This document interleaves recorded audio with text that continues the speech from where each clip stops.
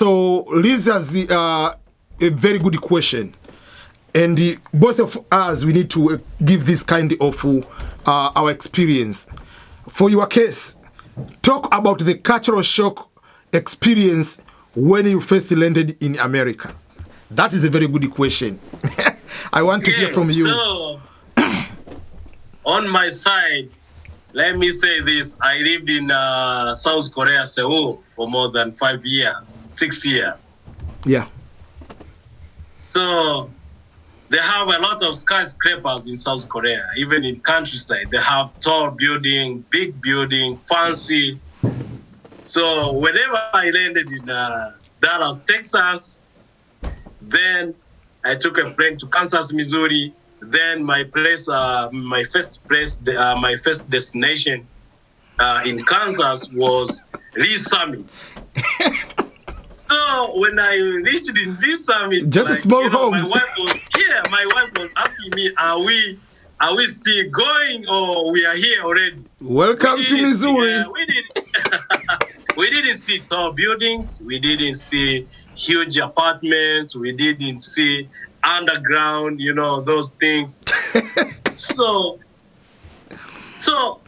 we saw, like open space, big land, this is different culture, in America, someone want to be in a place where they can ride their horses, they can have a place, to ride their bicycles, things like that. So that was the really first cultural shock for me. Okay. For me, the biggest cultural shock was to see poverty in America. I had the mindset, which a majority of us, and especially back in the time, now you can see more on social media. There was no social media. I mean, you see on the TV, but in the TV you see like the tall buildings, like in Times Square. You see Las Vegas during the night, not during the day, because Las Vegas pictures during the day, you were just like you were in Sudan. I mean, middle of the desert, or in Kalahari or somewhere. But so you see the rest, and so you don't see the level of poverty. So you come here, you find like, man, you used to see poor people are just like you, black people, and because I'm in Tanzania, now we find like some people like, man, how comes you in America and you are this poor? So poverty is real, but they're not shown in the social media for that particular area. So that was the biggest shock for me. Like for me, I see like we are talking about jobs, we're talking about all these opportunities, but why can't you even go to work at McDonald's? Why can't you do this? It's very, very tough also. So just like any other country, they have good things and they have bad things, but that's the other side which we didn't know much. Was very, very tough for me to experience. That was the big one. Talk about the accent of people when you start, like, it's different when you go, let's say, on the interview. The level of talking, people asking questions is more professional way. That's why we're talking like after working, go and learn the culture. Go and mix with other people.